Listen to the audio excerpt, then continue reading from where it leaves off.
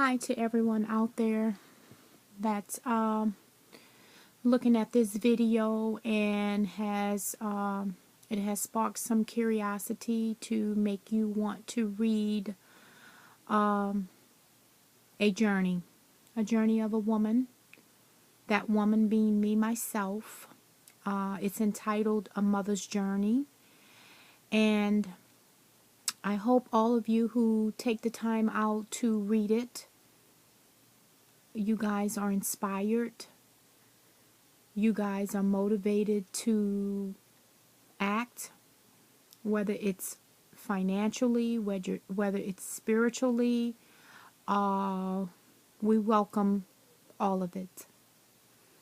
And I will begin by saying it was 1 a.m. on March 16, 2014. This would be the day that changed my life forever.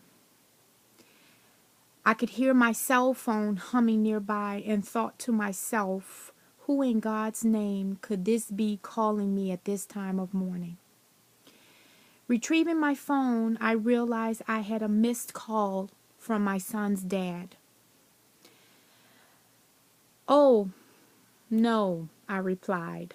Rarely did I receive phone calls from his dad, and at this time of morning, I knew it wasn't anything good. As I attempted to listen to the voice message he left, he buzzed in again, and I was told that something terrible had happened to our son, and I needed to get to his location ASAP. I asked what happened, and he replied, he has been shot, and it doesn't look good. Imagine the fear that gripped my heart instantly. All I could do was drop to my knees and scream, "Oh no, please don't let this be my baby. Please, Lord, let there be a mistake. Please let them have it all wrong." As I tried to lift myself from the floor, I realized I was emotionally paralyzed with fear. Fear of not knowing if my son was alive or just how extensive his injuries were. As I tried to bring myself to terms with the information shared by his dad, I just couldn't digest it. I remember pacing back and forth and asking my daughter, "Am I dreaming? Please tell me that this is all a bad dream." She replied, "No, Mommy, this is real. I'm sorry, but this is real and not a dream." And I paced, saying, "Oh no, what am I to do?" Grief-stricken, I could not collect my thoughts. My bodily functions decided to have a mind of their own. I was unable to pack my personal things, so I just put whatever I got my hands on as far as clothing, even if they were not my things. First time I have to say that my luggage was light. My hands were literally shaking like leaves on a tree. I was incapacitated. Only thing I knew is that I had to make it 500 miles to my son's location on the first flight out.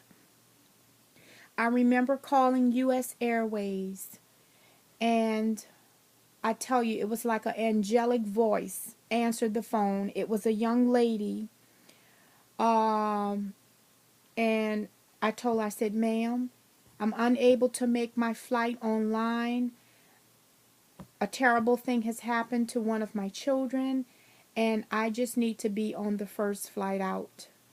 And she said, she calmed me down. She was like, "Ma'am, just take a deep breath. It's going to be okay. I will do everything to ensure that you're on that next flight out. Just calm down." She told me that from her end, she would take care of everything, and I needed not to worry as far as that was concerned. She said, "I'm sorry this has happened to your son and to your family.